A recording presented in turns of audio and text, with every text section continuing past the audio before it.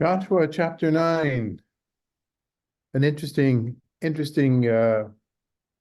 event in this conquering of the land. Um, I'll remind everyone that aside from the stories about the crossing of the Jordan and the spying of Jericho, there was a war with Jericho where all was to have been cherem, that is absolutely prohibited, taking the people, taking the booty, whatever it might be, except for the silver and gold, precious metals going to God's house or to the altar. And then there was the catastrophic war with Ai, a battle with Ai, with the Ain Yud city, the city of ruins, literally, which the Israelites fell. Not too many, but still a a uh, a victory for the Canaanites, and not according to plan until they found out that there was something wrong. Somebody Achan had taken from the booty. And then there was the weeding out of Achan and dealing with that and that ceremony there. And then there was the war against Achan again, in which Achan was captured and was conquered. Excuse me, where Ai was conquered, Achan was put to death. And and then a kind of a renewal of the vows, renewal of the covenant. And that brings us up to our chapter today, chapter 9, which is, as I say, an interesting break from the narratives of war. And we'll ask ourselves, was a war avoided, or what exactly is this chapter doing here? And then next week, it starts to get gory and bloody. Next week is one of the reasons I didn't want to do Joshua. And we'll probably have to divide that chapter, it's a longer chapter, into two. So, in the background of our study, as always in this last 3 months, is the war in Israel and Gaza, is the fact that this literature is sacred literature, is holy literature to us, and it's always important to understand it differently in every generation, in every place. That's what Midrash is. That's how these texts remain holy throughout the centuries. But to know that in the background of Israeli society is the study of the book of Joshua. Does that mean that on the members of on the minds of all the members of the current government or members of Knesset or the current cabinet, they're thinking of the book of Joshua? No, but there are certainly those that are, and I can say that with a high degree of certainty. There are those that are in the government today in Israel that have read Joshua, have learned Joshua many times, see it as a truth, as a blueprint for other things, and we're going to have to think about that as we have been. Okay, but we are here safe in the diaspora, all of us, whether it's near or far or in between. And let's begin. I'm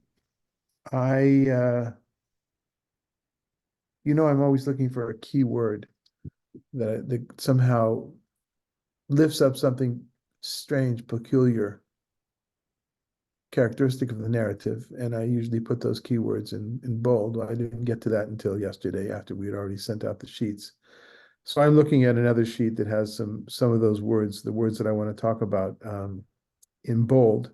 But I invite you to look for words that repeat or uh, or terms or details of the story that don't match up, which we'll have to explain as well. Okay. Um, let's say, Megan, you want to start us off with 1 to 2?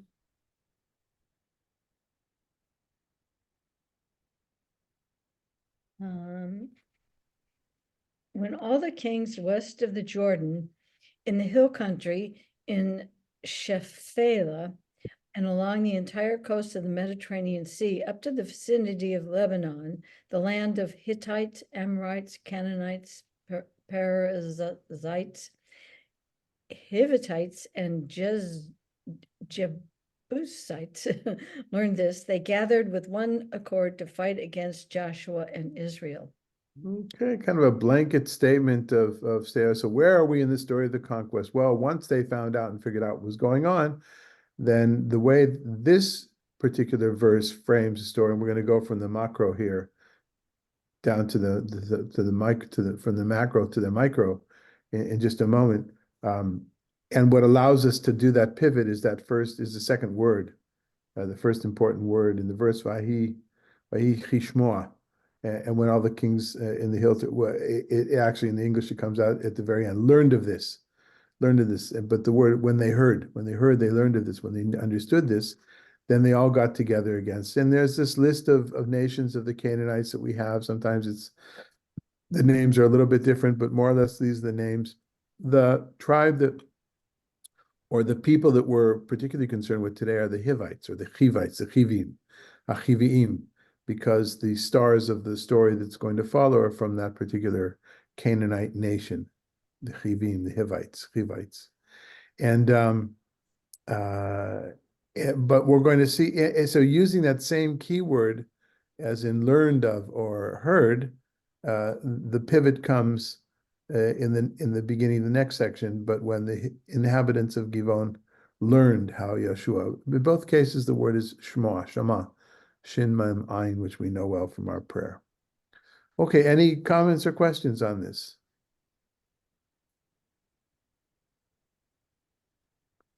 Right, the entire land of Israel from the hill country, which is the whole, as those of us that have been in Israel many times, is that whole section away from the sea a little bit. It goes all the way up and down the state of the land of Israel, and then it becomes very hilly in the northern part all through. But there's that coastal plain, which we still today call the Shfela. Shfela means the lowlands. And so people will say they're going from Jerusalem, or if they're living in one of the territories, or living in the Galil, or they're living in the Negev, they're going to the Shfela, that whole area, Tel Aviv and Ashdod, from Ashkelon all the way up to Haifa. Okay, anything else? Okay, Malka, 3 to 5. But when the inhabitants of Gibeon learned how Joshua had treated Jericho and Ai, they for their part resorted to cunning. They set out in disguise. They took worn out sacks for their donkeys and worn out water skins that were cracked and patched. They had worn out patched sandals on their feet and threadbare clothes on their bodies. And all the bread they took as provision was dry and crumbly. Okay. So they're masquerading. What are they masquerading as? What do the words now? There's Poor people. Poor people, Right. right? Or they've been on a long journey. That's kind of, but Mhm. certainly not a threat, right? They're not brandishing their swords and they don't have armor on, and they're not with great, Oh, I just see that Rabbi Osfire just died. Just flashed on my screen. Did any of you know Rabbi Jordan Osfire? Yes, I did. Fairly well. He was his first rabbi I met when I moved to the valley to the area 24 years ago. He was very, very nice. He's a real mensch. He was also interim rabbi at Sinai for 2 long periods, about 10, 12 years ago, and I got to know him quite well then. He was the rabbi at Isaiah, for those of you, before Sally. Rabbi Sally was the rabbi. A wonderful gentleman, very supportive, but soon after I got here, he began to have memory issues. And that's the last few years, he's been kind of out of it. And a real Talmid Chacham, a very learned rabbi of that school of rabbis. Yeah, very distinguished. Yeah. Wish I had more years with him, time with him Yeah. to spend. Real gentleman. Yeah, we were studying Chavruta, study partners for a while, and then it just got too difficult. Yeah. Yes. Okay. Sorry. I don't turn. I have the email flashes come across, and I couldn't ignore it. But I knew because perhaps some of you knew him. Well, may his memory be a blessing, and may our study today also be Louis Nishmato, to elevate his soul and to elevate ours as well. Okay, so they're in disguise. And what they're doing, we already know that the narrative is already telling us that they're doing it in cunning, right? This is a trick. They're not really. They're dressing up as if they're poor or as if they come from far away, but certainly they're dressing up in a way that they will not be seen as posing a threat to. And of course, they hear of what's gone on. They hear of the victories and they want to they understand. It seems like this. Well, we'll give them their own words in just a moment. There's a difficult word here for those that follow the Hebrew. In the first line, the second verse, Vayasu gam hema. Well, that's not a different word, but and they too. The literal meaning here is, and they. The English has it they for their part resorted to cunning, but the simple meaning is they too. Also, they too. So they too what? And so Koifman says, well, they too, they responded, they too understood they were under threat, so they too dealt what they could, they found their own way to resist it. Because otherwise, you have to say that the other, and then one of the views is that they too resorted to cunning in the same way that the eye tricked the Israelites beforehand. And you might even say, in the same way that the Israelites tricked the eye, people of Ai, afterwards. So there's a lot of it's kind of like dishonest warfare, right? It should be honest and upfront. And it reminds me of the pictures in the movies and TV of Civil War and or the fights where they're all coming to each other, one by without anybody coming around or other things as well. It seems like imbecilic today. This frontal, of course, there's going to be deceit and cunning, but that's not the problematic word. The problematic word comes after that. Borma ve'achu vayitz tairu vayitz. That's an interesting word. The tet there is what happens when there's a tzadi. It's the heat pa'el, so it's like mitzta'er, but there's no ayin here, so it's not that they were sorry. V'yitztairu, the medieval commentaries have it. The only word that they could think of is they became tzirim. They made themselves seem like they were tzirim. A tzir, do you know what a tzir is, Ella? A tzir in modern Hebrew? You don't. If you unmute.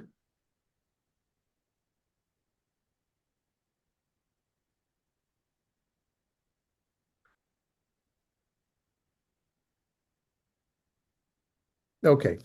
Yeah. Sair is young. No, that's Sa'ir with an ayin. What is a tzir? It's tzadi yud resh. It's like a center, a pole. That's also used for that. Tzir, yeah. Tzir, yeah. The globe. Right. But when it's talking about people, a tzir is a delegate, like not a shagrir, which is an ambassador, but the people who are part of a delegation are called tsirim. If you are a delegate of a movement in a convention, you're a tzir, right? Like at the party conventions. So what the medievals understood here, Jewish rabbinic commentators say, they made themselves seem as if they were, or they made themselves emissaries. They made themselves emissaries. That would be nice. That would be interesting, but there's no other word like that in the Hebrew. The ancient translations have here, saw it as vayitztaidu. Itztaidu, from the word siud, they equipped themselves, they made provisions. And so instead of, and the translation here, just from the context, they set out in disguise. But there's no, as far as I know, there's no word that supports that. What most people understand here, most of the commentaries understand, you should read with ancient. There are some Hebrew versions, but also the ancient Greek, I think, that all say, and they gave themselves provisions. They equipped themselves with provisions from the word tziyud, side. And that word side becomes a key word in the rest of the story. So there's an example of when it comes time to, just a moment, Ella, when it comes time to consider amending a text, what Professor Greenberg taught us, his three rules were, not everybody goes by them, his three rules were, first of all, what's the problem in the text? Define there's a problem. Can't just go around amending text if there's no problem. Number two, is there any ancient translation like the Greek or Syriac or something, or Dead Sea Scrolls that attest to a different version?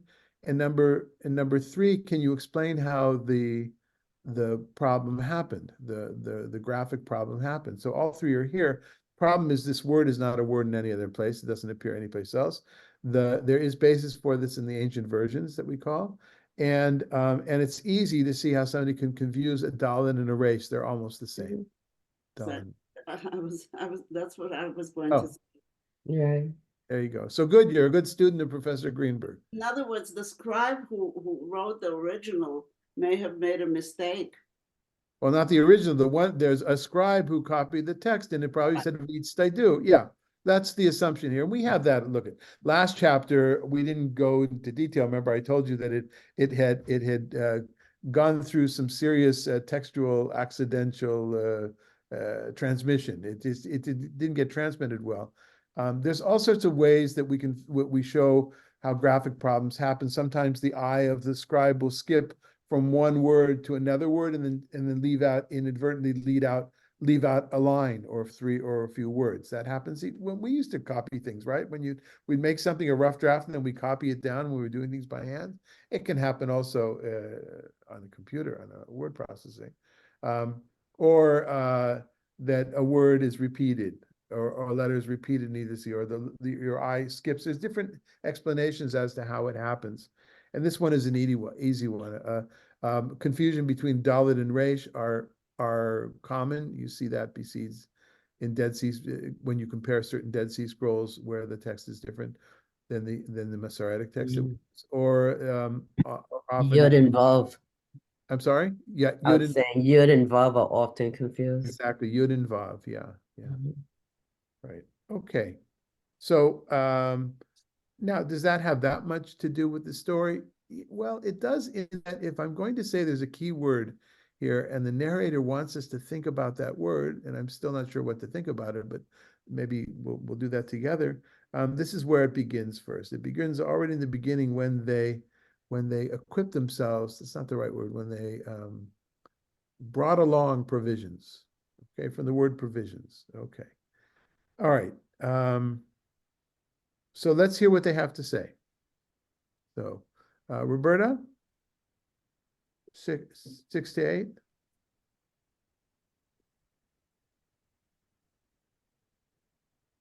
And so they went to Joshua in the camp at Gilgal, and in parley, they said to him and to the rest of Israel's side, "We come from a distant land.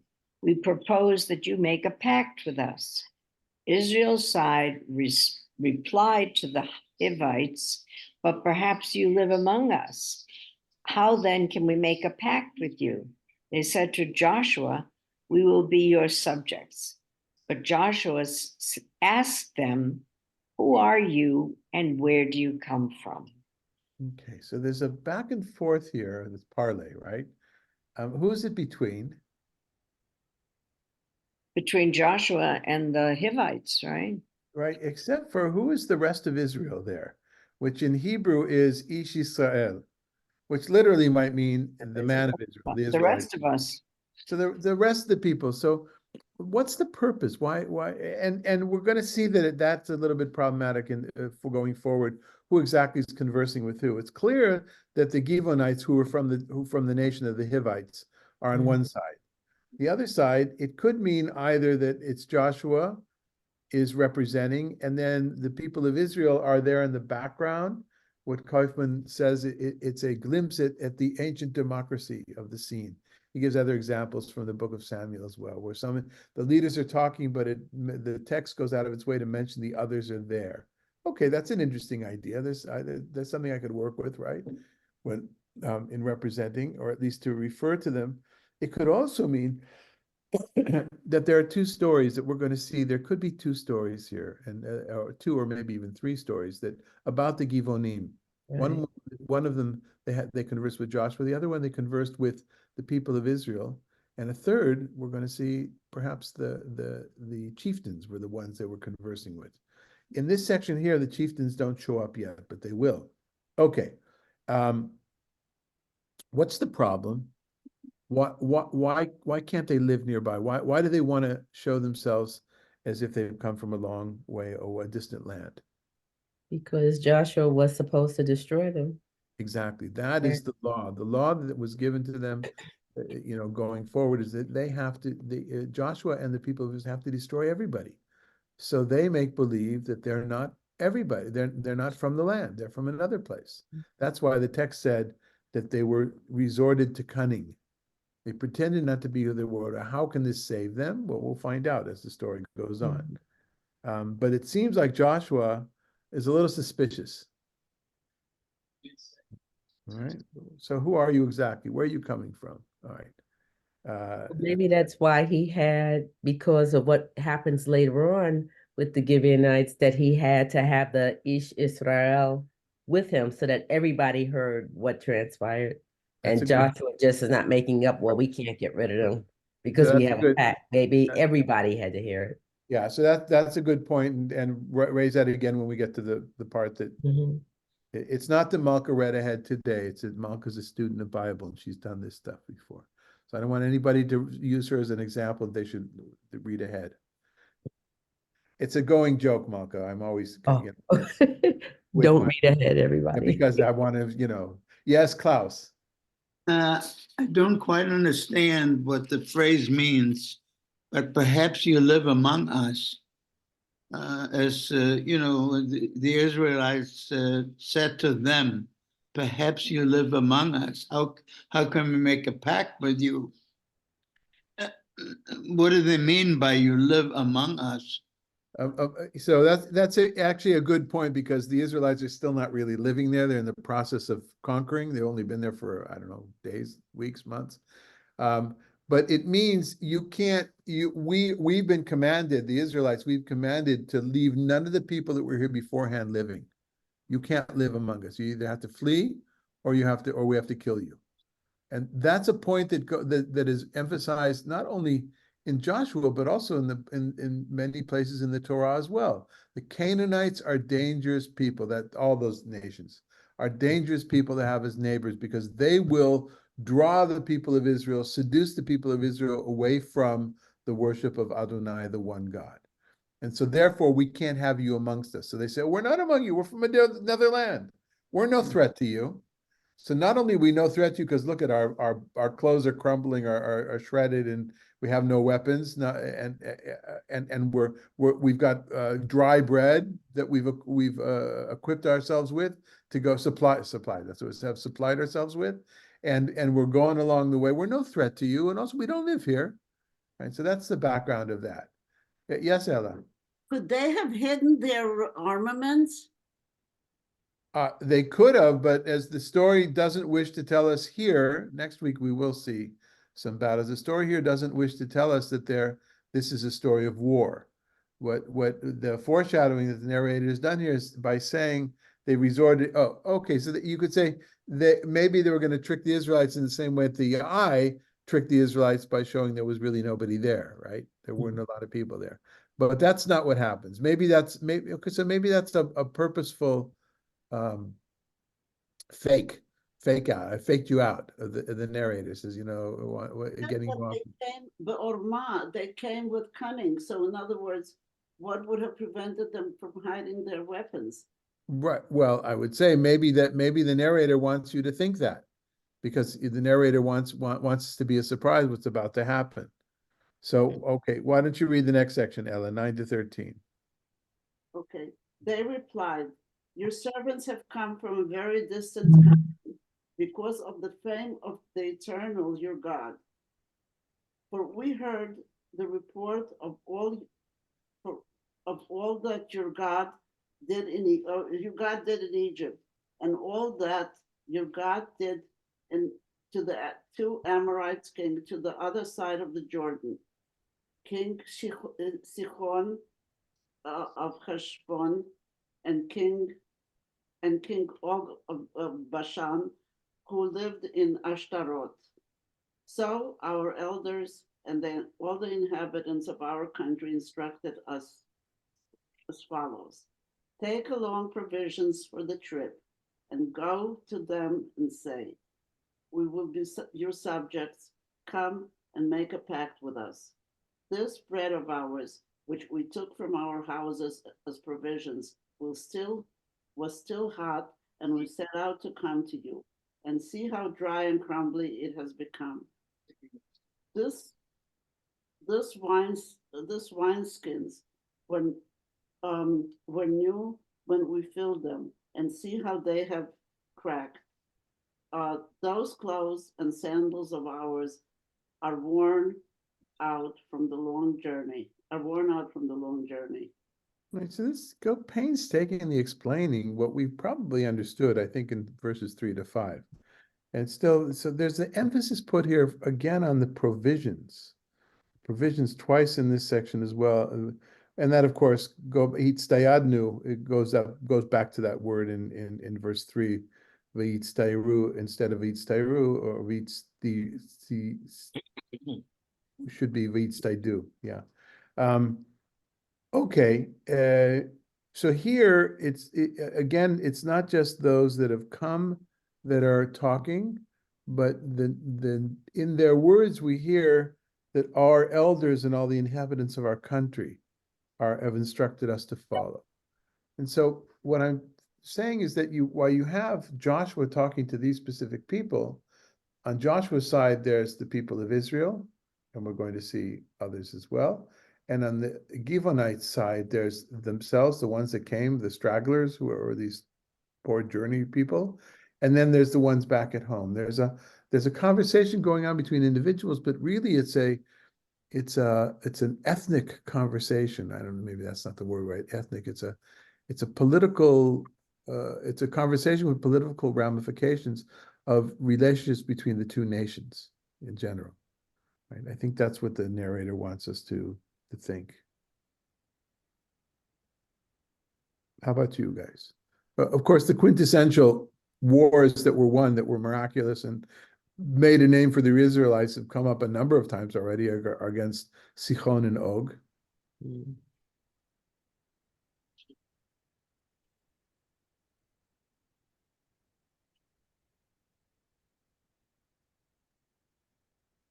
We see the Israelites have made a name for themselves throughout the region. At least that's what their story is. All right, so let's go on. Klaus, 14:15. Those involved took their words for it because of their provisions and did not inquire of God. Joshua established friendship with them. He made a pact with them to spare their lives, and the chieftains of the community gave them their oath. Okay. So those involved, right? Vaikhu ha'anashim, doesn't say Yisrael, Ish Yisrael, doesn't say Yeshua. It's only afterwards Joshua made a pact with them. We'll get to that part. But the first part is, what convinced them that they were telling the truth? Provisions were old, I guess. Provisions. So there it is, that word, that key word. And I'm not really sure what to make of. What else might we think of why, of all the things, provisions become a key word in this whole story here? Oh, Sasha? Well, it might have been the most plausible. I mean, they baked bread and it got really stale, and that in itself, you wouldn't do that, I guess. Mhm. More than their clothes that were torn or their shoes that were cracked. Yeah. Mhm. Okay, Ella? Does it mean that they could have come from a faraway place? Well, that's what they wanted to mean. That's what they understood. They must have come from a faraway place. The beginning of this verse says, because of the provisions. The provisions are the thing that convinced them. So my question is, why provisions of all things? Why is that so central here? Hold on, Malka, just a second. Sasha? Mhm. The specific thing about them not inquiring of God, what does that mean? Oh, well, no, I haven't said anything about it. So Sasha brings up the point. They were convinced by the provisions, and therefore they didn't ask God. Inquiring of God means to go to the Betumim, right? To the oracle. I thought it was Mhm. the people. No, the people here, Tavinikach Veichu Anashim, and the people, they took their word for it. You have to add that because of the Tzeidah. Mhm. Tzeidah. It's a little strange. Yes, Malka, what do you say? I don't have an answer to that one, provisions, but I thought the key point, they did not inquire of God. Right. So they, of course, are the Israelites, right? It's Right. Joshua. Yeah. Yes, Eric. So maybe they had provisions that were strange to them. Maybe there was fruit or produce from across a mountain somewhere that was nothing the Canaanites were familiar with. So an odd provision, which would indicate they came from some foreign land. Uh-huh. It's like the old days when somebody had uh sourdough bread, right? You know, sourdough bread was like the hottest thing in Sweden when we were there. And like there were bakeries with sourdough, but really good bread. With everybody's talking about it, and apparently it was only there for like 10 years before we got there. There were, or 20 years sourdough. It wasn't in Israel until the 90s, maybe, or the 2000. You started to have sourdough bread everywhere. So if you had sourdough bread, right, or if you you know somebody's got some really good hand baked pita in there with mold on it, you know, oh, they must come from the Middle East. I don't know. That's an interesting, the bread is what they focused on. So, but you're saying it could have been some, you know, papaya or mangoes or something that Yeah, was, something that was just totally alien to the Canaanite culture. right. Like that huge fruit, the stinky fruit that you see in Asia, in different places. Like, Corrine, do you have stinky fruit in where you live? Yeah, it's called Jack. No? Yeah, And jackfruit. yeah, they make curry with it and they eat it in different ways. Yeah. It's a delicious fruit, Jack- but it smells horrible. Yeah. And then there's the one we call cœur de bœuf, but I don't know the English name. It's like a really big between a custard apple and something else. And the jack, and it's very smelly too. Yeah. It's in the Southeast Asia, you got it a lot. Okay, well, there you go. See, they must have come from Mauritius, Eric. Right. That's what, okay. All right. So interesting. So now we get to the second half, though. So what does Joshua do? Joshua makes with them shalom, a breach shalom. He got a covenant of shalom. Now, this is interesting, right? We don't have this making a peace with any of the other people until now. And this is an interesting idea. Oh, so he made shalom. But the whole pretense for making peace with them was that they're not from there. They're from another nation. They were afraid, you know, they were afraid, oh, once Israel established themselves in the land, they're going to come and get them in there, and when they're outside of the land, or whoever, you know. And so they pretend to be this faraway place, whether it's because of what the provisions they hold. They didn't do the Israelites, Joshua did not do due diligence. They didn't inquire of God. Makes a pact with them to spare their lives, and and and the pact is one of shalom, of no aggression, right? There will be no aggression between these two people. That's the pact, and pacts are considered to be serious business.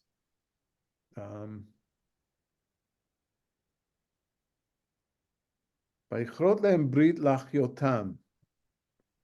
Right, and Joshua broke a deal, made a deal, cut a deal with them. Lachyotam, I don't think that's connected with Chibi. Them alive, What's that? to keep them alive. Yeah, literally means to spare their lives. Yeah, keep them alive. Okay. So yes, Dan? Yeah, I was just thinking something back from Genesis where provisions people came with influenced how they were treated. Abraham's servant going to get a wife for Isaac came with very well provisioned. And generation later, Jacob came with nothing. And it influences how they're negotiating position. Yeah, it would be interesting to see where the word Seidah, Seidah there. Who has Seidah, Sasha? Do you remember where do we see the word Seidah? I hear what you're saying.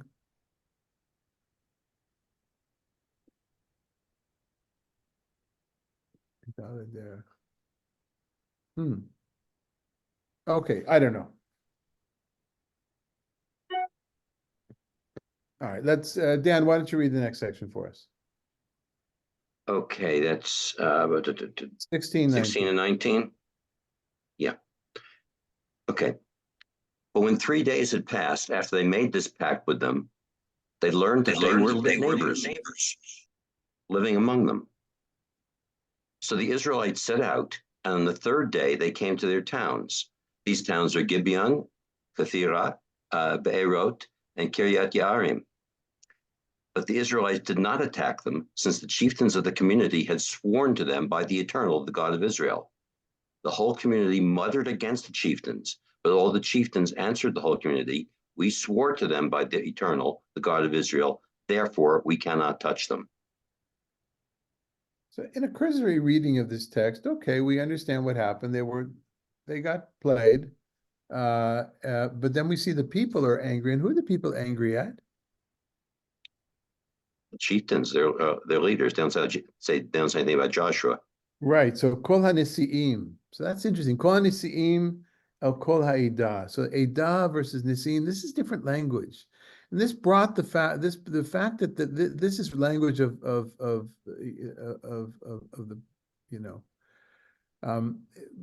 lead many scholars to believe there are different traditions that have been woven together here. One of them has to do with Joshua dealing with it. Another one has to do with the people in general. Another is Joshua and the people. And here is the chieftains. And Joshua doesn't play a part in this particular paragraph.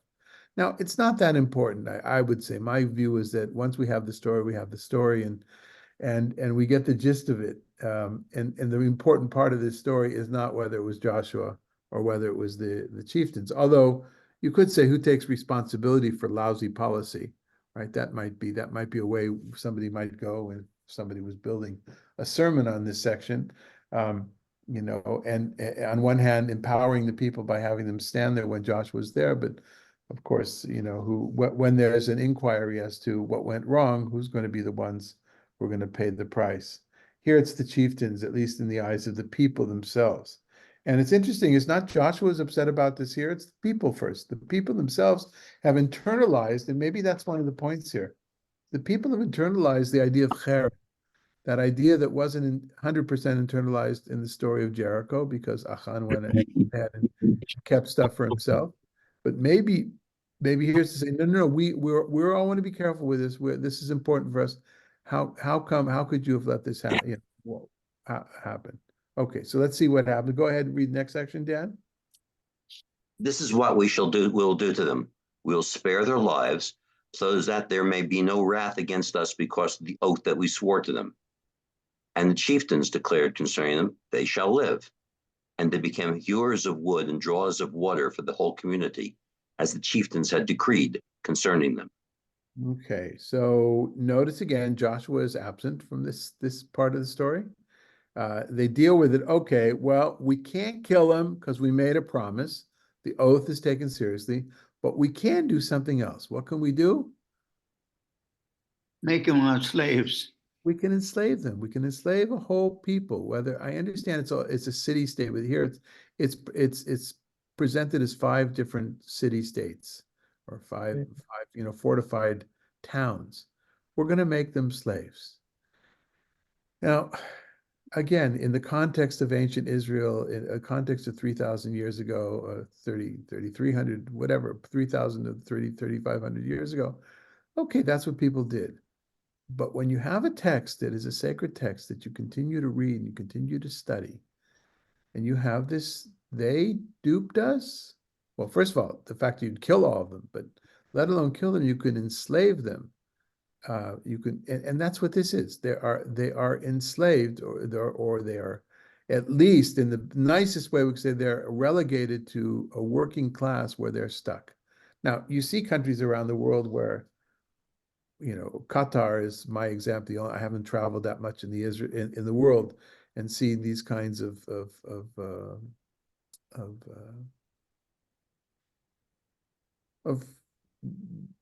societies. But in Qatar, I remember at the time it's less than 20% are citizens of Qatar who have full rights and have money and stuff, and the rest are people who were brought in from other places. And the interesting thing there was all the journalists, I had met with a number of English language journalists, they were all Pakistanis. And all the drivers that took us to different places, they were all Nepalese. And so each kind of diaspora there had their own thing. And at the bottom of the of the whole hierarchy of foreigners that were there, that were, in many cases, we know from building that stadium as well, they were indentured servants in many ways. The world football competition thing is that the Palestinians were thought of as the worst by almost everybody there in Qatar. Really interesting, the caste society. Ella, did you want to say something? Yes, in Dubai, it's the same thing. I would imagine, sure. In most of the Emirates, I don't know about Oman, but in Dubai, it definitely is. Most of the people doing the work are Pakistanis or Indians or whatever. So now let's bring it back. Let's bring it back. It was the same thing here in the United States. I guess Of we go back. course. We don't have to go overseas to see that because that phrase is a famous phrase in African American history. That they one of the ways they justify the slave trade is because they called us hewers of wood and drawers of water. That's a famous phrase. So that was right here in the United States. Thank you. Thank you. That's Mhm. that. Yeah. The difference, Malka, is that in the past, today we don't think in those terms, although it may exist in different ways here in the United States.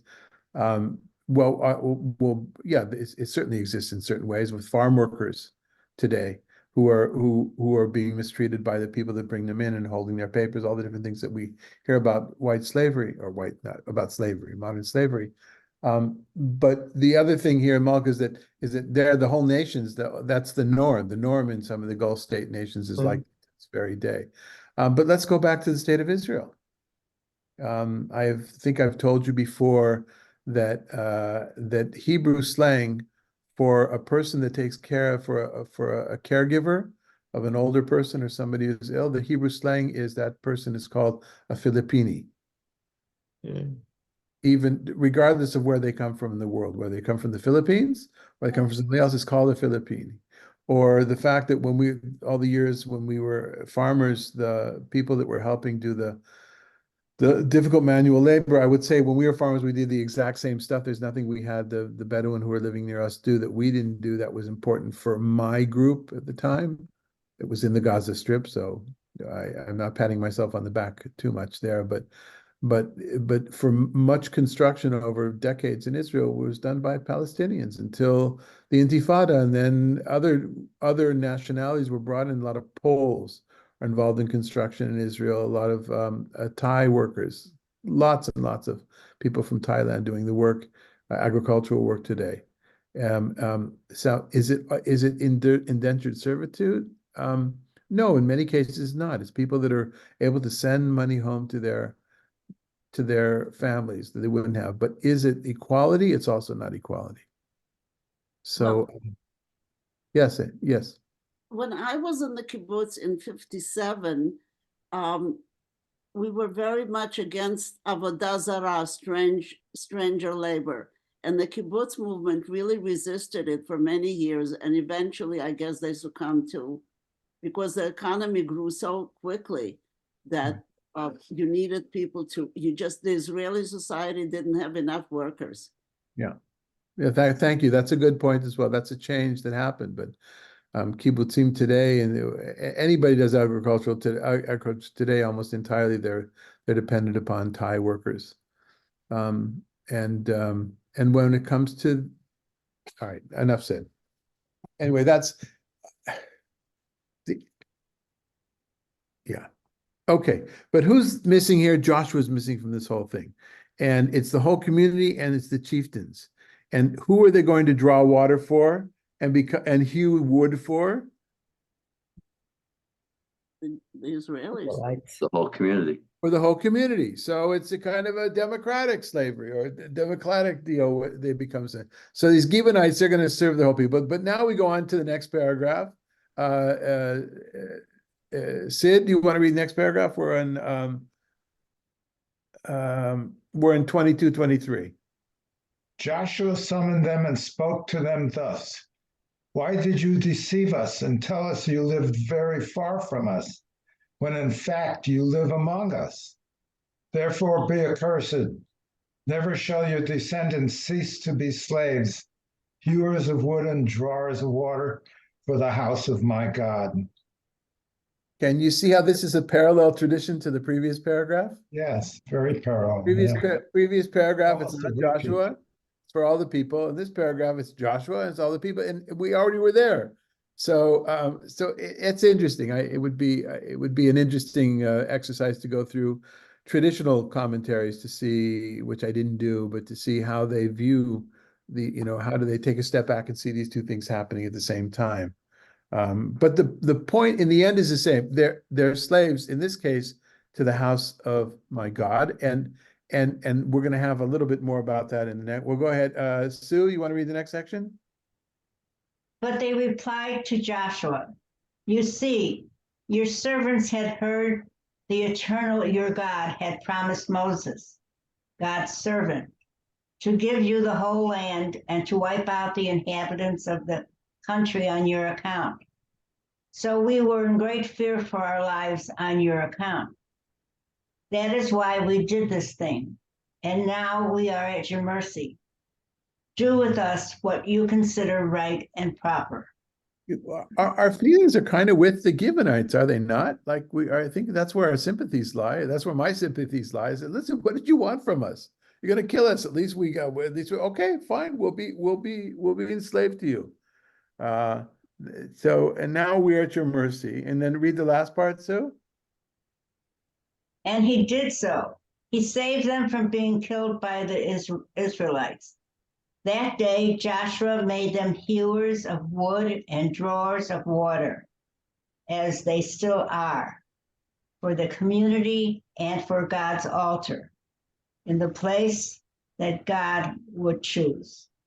Okay, this is a little complex. It feels like this is the way the editor deals with different kind of tradition, brings it all together. And therefore, first of all, he saved them it makes it sound a little bit like they were about to be killed from the Israelites. I'm not sure that's an overall, therefore he spared their lives, or therefore the Israelites wanted to kill them once they found out they had been duped. Maybe that's in there, I don't know. But in any case, the editor wants to know, this was Joshua, because Joshua is the leader. The editor of this chapter, the editor of the book of Joshua, definitely wants everybody to understand Joshua is the head honcho. He's the one making decisions. He's the one making the deals. He made this deal and made them hewers of wood and drawers of water.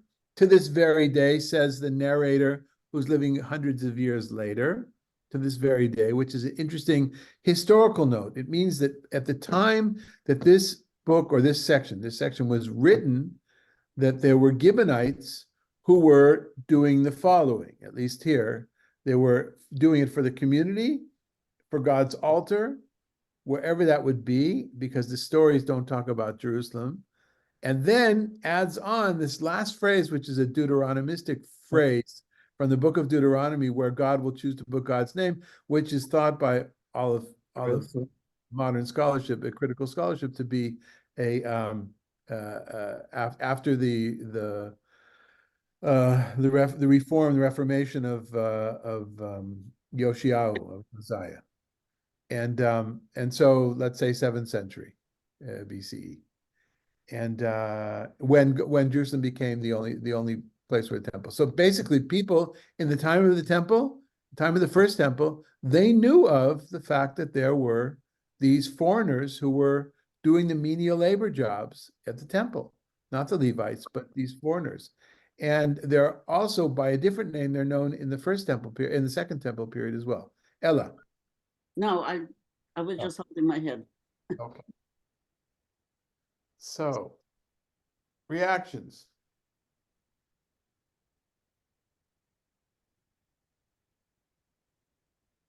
One of the yeah, go ahead, please. I was thinking another tradition in the story of Noah with the sons of Ham. They're also consigned to be slaves. Right. They also use that for the slave trade too. Yeah, and that connects with the book of Joshua, that the Canaanites are part of that. Yeah. Mm. Yeah. Absolutely. So Malka, thank you. That's a really important that you bring our attention back to modern to the United States and what was, without any embarrassment, absolute slave and justified in biblical literature, justified by biblical literature by not only Christians, but also some Jews as well. Not that they were spokespeople, but there were definitely a good number of Jewish slave owners.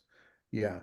Now, an interesting thing for me when it comes to folk tales, I'm not saying that disparagingly here, but we have folk tales. Very often the narrator puts in the words, the storyteller puts views that are important views for them to get across in the word in the mouths of the other. So the other in this story are the Givonites, the Gibeonites, the Gibeonim. And what's put in their mouths is they know Torah. They know what the Israel is doing. It reminds me of the Midrashim about Nebuchadnezzar, that Nebuchadnezzar sometimes is reminding different people, Daniel or different others, about what's in the Torah, the false prophets, and based on a chapter in Ezekiel.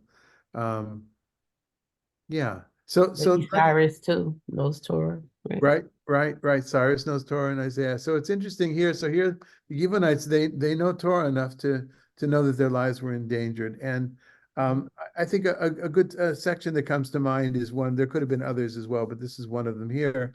This is the laws of engagement. So Malka, why don't you read for us from Deuteronomy 20, please?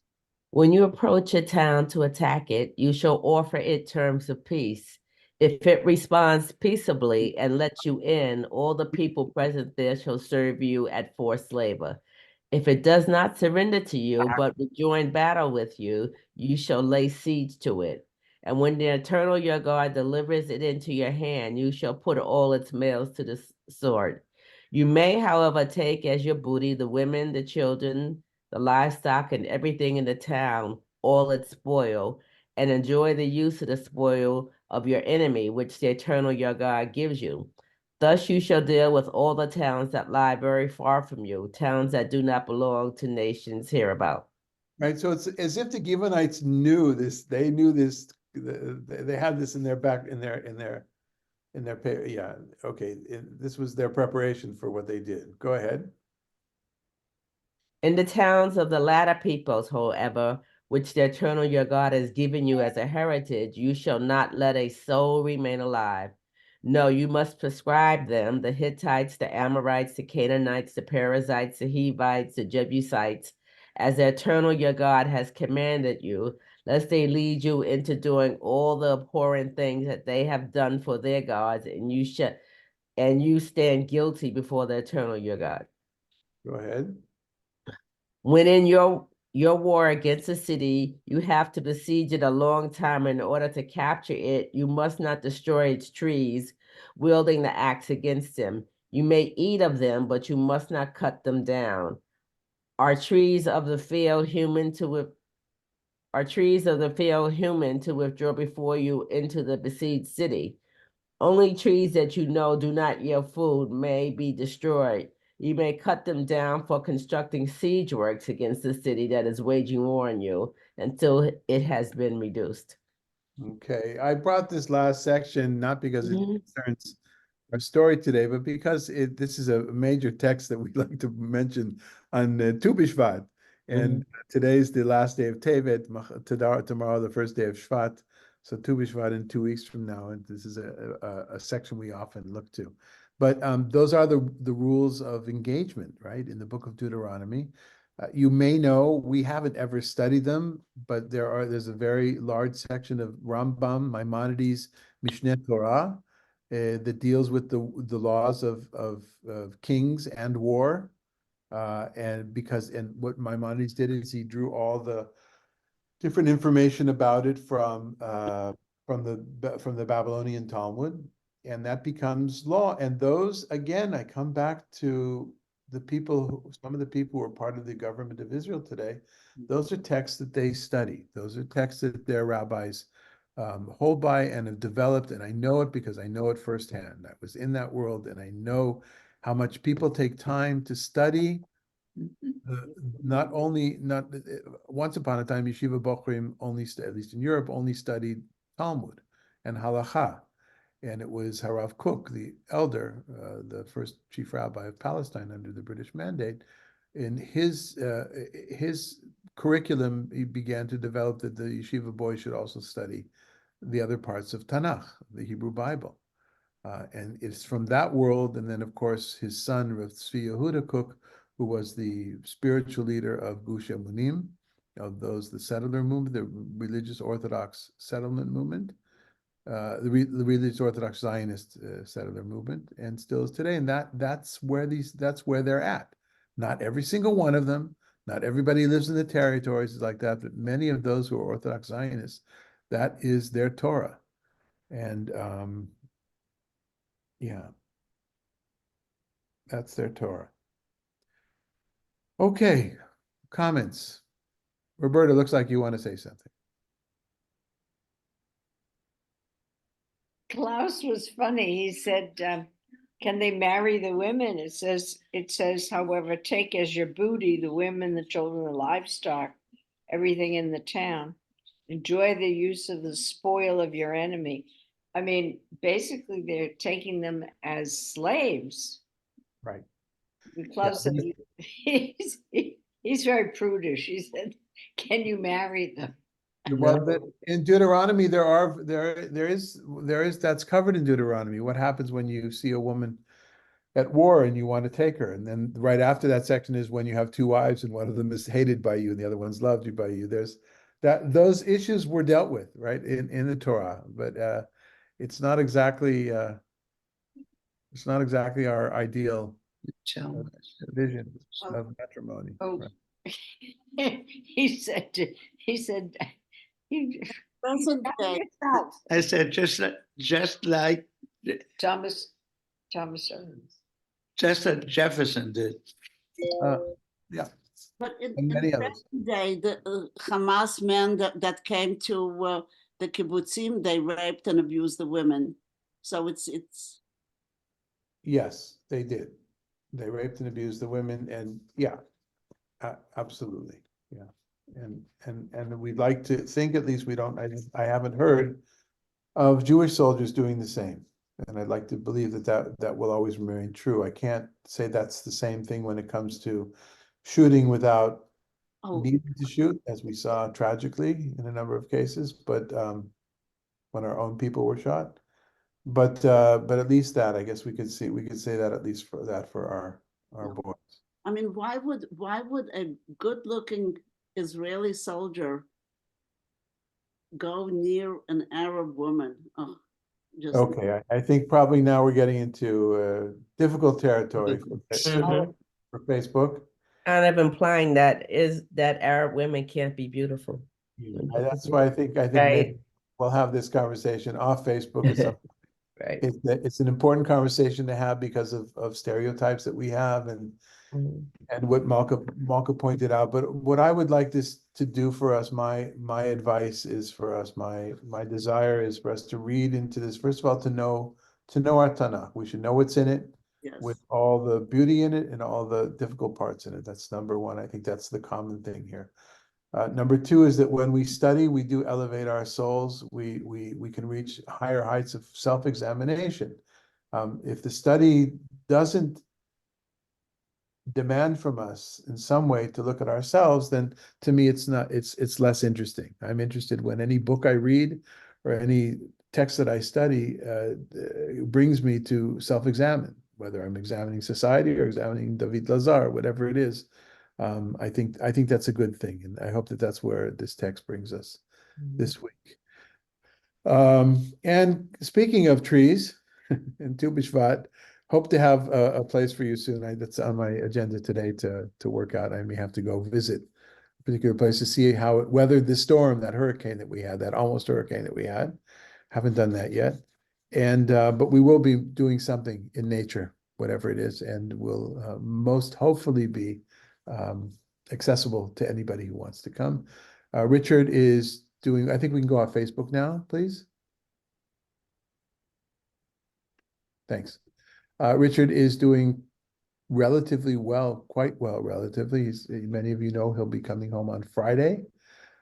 He's not keen on visitors so much to see him there or to visit him in Vibra, but he will be going, if all goes according to what the plan is of yesterday evening, he'll be going home on Friday. And I would imagine at that time, that's a time for us to kind of kick in and bring him food and things like that.